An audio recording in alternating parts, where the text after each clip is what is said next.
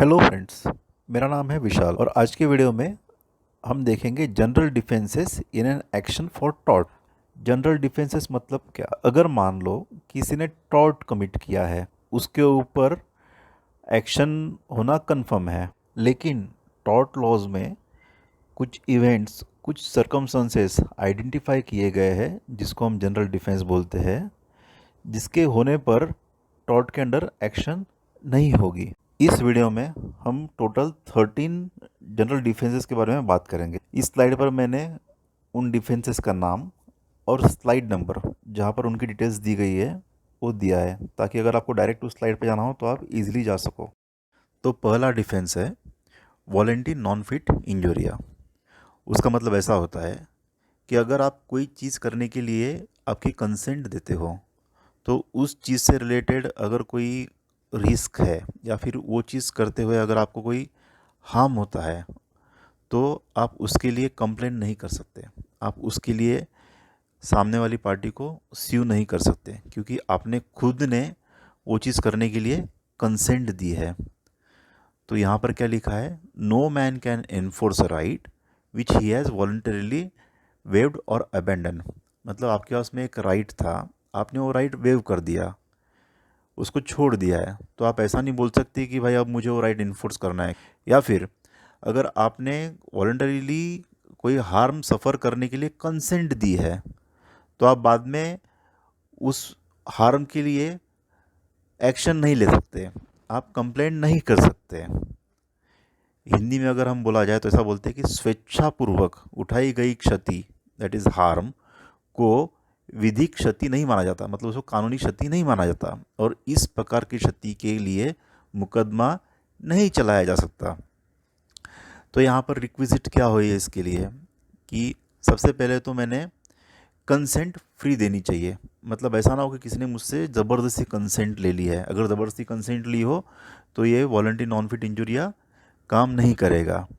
दूसरा चीज़, जब उसने प्लेंटिफ ने कंसेंट दी है तो उसको उस कंसेंट के अंदर के रिस्क्स पता है, और उस रिस्क को जानते हुए भी वो हार्म सफ़र करने के लिए तैयार है। वो जानता है कि इसमें रिस्क है और इससे मुझे क्षति पहुंच सकती है, फिर भी वो उस चीज़ के लिए कंसेंट देता है। तो फिर वहाँ पे हम वॉलंटरी नॉन फिट इंजुरिया अप्लाई करेंगे। यहाँ पे और एक इम्पॉर्टेंट पॉइंट ये है कि mere knowledge does not imply assent. उसका मैक्सिम है साइंटी नॉन फिट इंजुरिया। मतलब सिर्फ आपको इस चीज़ का नॉलेज है कि भाई वहाँ पे रिस्क है, तो उसका मतलब आपने कंसेंट दिया, ऐसा नहीं होता। आपको एक्सप्रेसली या इम्प्लाइडली कंसेंट देना ज़रूरी है। अगर ये रिक्विजिट्स फुलफिल होते हैं तो defendant can use the defence of voluntary non fit injuria. इसमें हम बहुत सारे एग्जाम्पल देख सकते हैं। अब कोई भी स्पोर्ट ले लीजिए, क्रिकेट लीजिए, फुटबॉल लीजिए, एनी स्पोर्ट, जहाँ पर अगर उस खेल को खेलते हुए अगर किसी खिलाड़ी को क्षति पहुंचती है, उसको हानि पहुंचती है, तो that is implied in a game. वहाँ पे सबको मालूम है कि अगर एक गेम खेल रहा है तो उसको वो चोट पहुंचना पॉसिबल है। सो उसने वहाँ पर इम्प्लाइडली कंसेंट दी है। जब वो गेम खेल रहा है तो वो ऑटोमेटिकली कंसेंट दे ही रहा है कि भाई मैं ये गेम खेल रहा हूँ, मुझे क्षति पहुंची तो दैट इज़ फाइन। तो अगर वो गेम खेलते हुए उसको क्षति पहुंचती है तो बाद में कंप्लेंट नहीं कर सकता कि बिकॉज मैंने ये गेम खेला, मुझे क्षति पहुंची, इसलिए आप मुझे अब कंपनसेशन दो। इस वीडियो में मैं हर एक डिफेंस के लिए जो इम्पोर्टेंट केस लॉज है वो जस्ट मेंशन कर रहा हूँ। वो केस लॉज मैं यहाँ एक्सप्लेन नहीं कर पाऊँगा बिकॉज ऑफ टाइम लिमिटेशन, नहीं तो बहुत लंबा वीडियो बन जाएगा। इसके लिए मैं अलग से वीडियो बनाऊँगा और उसकी लिंक डिस्क्रिप्शन में डालते जाऊँगा। तो अभी हम देखते हैं कि वॉलंटरी नॉन फिट इंजुरिया के लिए एक्सेप्शंस क्या क्या है। तो कोई इलीगल एक्ट है या फिर कोई स्टैट्यूटरी ड्यूटी या लायबिलिटी है जिसको हम ब्रीच करते हैं, तो उसके लिए कंसेंट देने से वो एक्ट लीगल नहीं हो जाता, तो वहाँ पर वॉलंटरी नॉन फिट इंजुरिया का डिफेंस अप्लाई नहीं होता। सिमिलरली इन रेस्क्यू केसेस, अगर मान लो किसी की लाइफ डेंजर में है और उसको बचाने के लिए हमारी लाइफ रिस्क में डालकर उसको बचाने का ट्राई करते हैं, तो वहाँ पर हम ऐसा नहीं बोल सकते कि उस पर्सन ने वो खुद की कंसेंट से वो रिस्क लिया है और उसका लाइफ डेंजर में डाला है, तो इस केस में जो पर्सन अपनी लाइफ रिस्क में डाल रहा है वो डैमेज क्लेम कर सकता है। सिमिलरली अगर कोई निग्लिजेंस का केस है तो उस केस में वारंटी नॉन फिट इंजुरिया का एक्सेप्शंस या डिफेंस अप्लाई नहीं होता। So next defence is act of God, maximum विस मेजर। तो इन case of act of God हम टॉर्ट के अंडर में एक्शन नहीं ले सकते। तो एक्ट ऑफ गॉड क्या होता है कि कोई भी चीज़ जो नेचुरल फोर्सेस से ऑकर होती है और उसकी वजह से हमें लॉस होता है, या फिर कोई एक्सीडेंट होता है जो नेचुरल फोर्सेस की वजह से होता है, फॉर एग्जांपल अर्थक्वेक होता है, सुनामी आता है, या फिर what ever you can think of which can happen through act of God. तो यहाँ पे रिक्विजिट्स क्या है कि the event must occur because of natural forces, and the second is the occurrence must be extraordinary, that means not the one which could have been anticipated or reasonably guarded against। मतलब वो ऐसा नहीं होना चाहिए कि हम easily anticipate कर सकते हैं या उसको हम प्रोटेक्ट कर सकते हैं। अगर आप उसको प्रोटेक्ट कर सकते हो या फिर उसको एंटिसिपेट करते हो तो वो एक्ट ऑफ गॉड कैसे हुआ। So let's see the third defence. Third defence is inevitable accident. तो accident means an unexpected injury, but when an accident could not have been foreseen or avoided in spite of reasonable care, it is called as inevitable accident। मतलब अगर आप reasonable care लेके भी उसको avoid नहीं कर सकते या उसको फोर्स नहीं कर सकते तो हम बोल सकते हैं कि वो इनएविटेबल एक्सीडेंट हुआ। पर किसी पार्टी का इंजोर करने का इंटेंशन नहीं होता। तो नीचे एक केस लॉ दी गई है, Shridhar Tiwari versus UP state road transport corporation. तो इस केस के अंदर बारिश के दिन थे और रोड्स काफ़ी स्लिपरी थे। एक बस जो काफ़ी मॉडरेट स्पीड से जा रही थी उसके बीच में एक साइकिल आई और वो साइकिल को बचाने के लिए उसने ब्रेक मारा, बस वहाँ पर स्कीड हुई और वो स्कीड होके जो दूसरी बस थी उसको जाके टकराई। तो इस केस में ये एक्सीडेंट इनएविटेबल था क्योंकि दोनों बसेस मॉडरेट स्पीड पे थी और किसी की भी कोई गलती नहीं थी। यहाँ पे किसी का किसी को इंजोर करने का इंटेंशन नहीं था, फिर भी एक्सीडेंट हुआ है और वो रीजनेबल केयर लेके भी अवॉइड नहीं किया जा सकता था। इसीलिए this will act as a defence against tort. Next defence है act of a third party और स्ट्रेंजर। अगर किसी स्ट्रेंजर के एक्ट की वजह से प्लेंटिफ को हार्म पहुंचा है, इंजरी हुई है, वो ना तो डिफेंडेंट का सर्वेंट है ना ही वो डिफेंडेंट के कंट्रोल में है, तो प्लेंटिफ डिफेंडेंट के ऊपर केस फाइल नहीं कर सकता। फिफ्थ डिफेंस जो है उसका नाम है नोवस एक्टस इंटरवेनियंस। मेरे लिए ये डिफेंस सारे डिफेंसेस में सबसे टफ डिफेंस है एक्सप्लेन करने के लिए, क्योंकि ये थोड़ा ट्रिकी है, not only in explanation but also to prove in court. तो समझने के लिए हम एक एग्जांपल लेते हैं कि डिफेंडेंट की कोई एक्ट के वजह से प्लेंटिफ को हार्म हुआ है, लेकिन the final consequence for which plaintiff wants to sue defendant is not because of the original harm but it is because of some intervening act। मतलब जो ओरिजिनल हार्म और फाइनल कॉन्सिक्वेंस है उसके बीच में और एक इंटरवेनिंग एक्ट हुआ है, because of which final harm has happen. लेकिन प्लेंटिफ क्या बोलता है, plaintiff is ignoring that intervening act और प्लेंटिफ बोलता है जो आपने ओरिजिनल गलती की थी, ओरिजिनल रॉन्ग किया था, उसके वजह से मुझे फाइनल कॉन्सिक्वेंस हुआ है। तो इस केस में defendant can argue in a court that this harm is because of new intervening act and not because of the original act for which the plaintiff is asking to sue defendant for tort। So इस defence के requisites क्या हुए, that defendant should have done some wrong and after this wrong there should be some intervening act because of which the final consequence or final harm has happened to, and this original harm done by defendant and the intervening act should not be connected, it should be independent event, then only novus actus intervenium can come into play। हम एक example देखते हैं कि एक accident हुआ जिसमें एक ही car ने बी को हिट किया, अभी बी हॉस्पिटलाइज हो गया, लेकिन आफ्टर फ्यू डेज बी को डेंगू हुआ और उसके अंदर उसकी मौत हो गई। तो यहाँ पर जो बी के रिलेटिव है उन्होंने ए के अगेंस्ट में केस फाइल किया, लेकिन कोर्ट ने ये डिसाइड किया कि the original harm that is accident and the final consequence that is the death of B, उसके बीच में एक इंटरवेनिंग इवेंट हुआ था.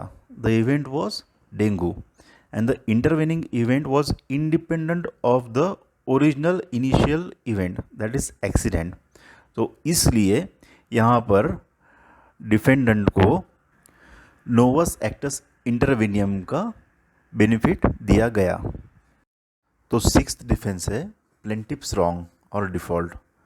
वो कहावत है ना, उल्टा चोर कोतवाल को डांटे, तो वो एग्जैक्टली यहाँ पर नहीं हो सकता. मतलब एक तो आप खुद रॉन्ग कमिट करो और उसके ऊपर से आप किसी और के ऊपर केस डालो, तो यहाँ पर वो अलाउड नहीं होगा.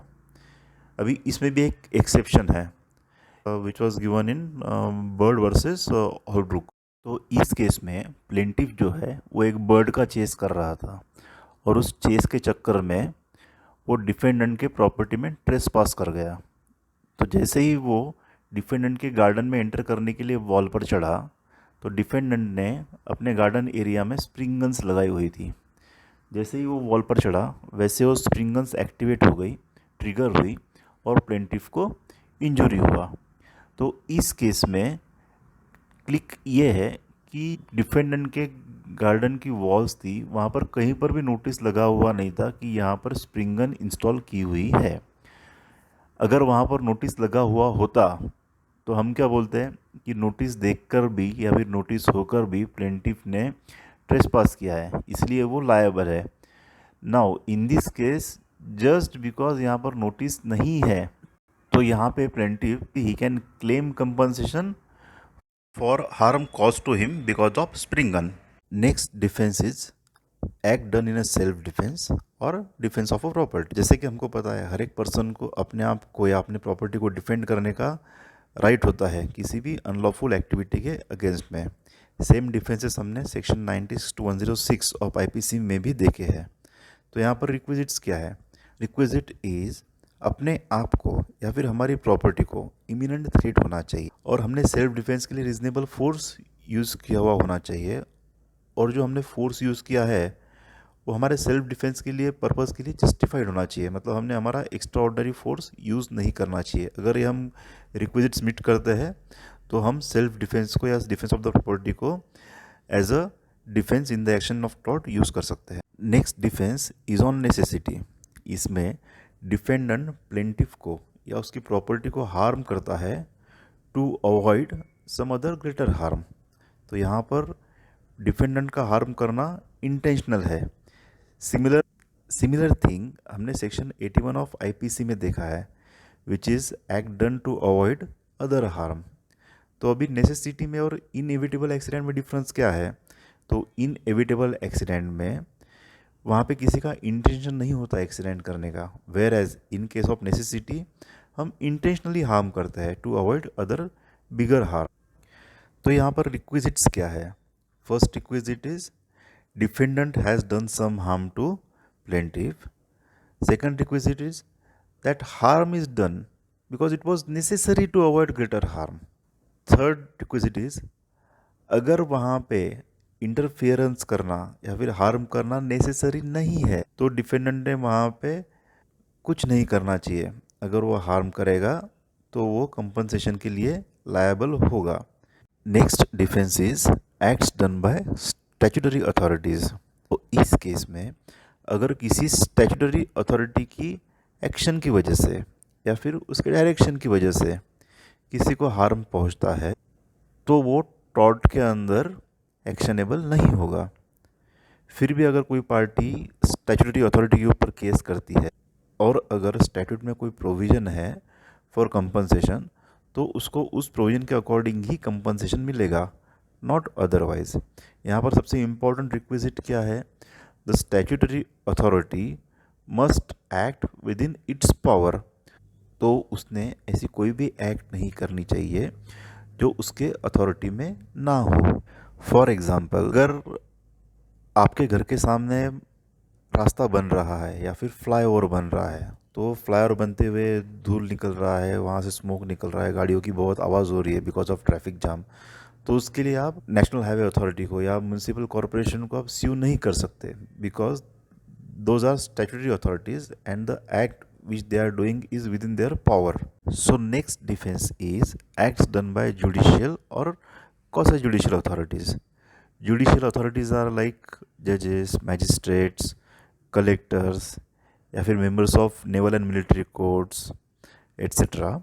And quasi judicial authorities are like universities, colleges, committees, clubs, etc. So the requisite here is these authorities should act within the limits given by the law and in good faith. मतलब उन्होंने ultra vires कोई भी activity नहीं करनी चाहिए. और second thing कि they should not do any misfeasance, मतलब उन्होंने अपने अधिकारों का दुरुपयोग नहीं करना चाहिए. तो ये डिफेंस यूज हो सकता है. Next defence is for parental और quasi parental act. Your parents means father, mother, guardian, and quasi parent means teacher, etc.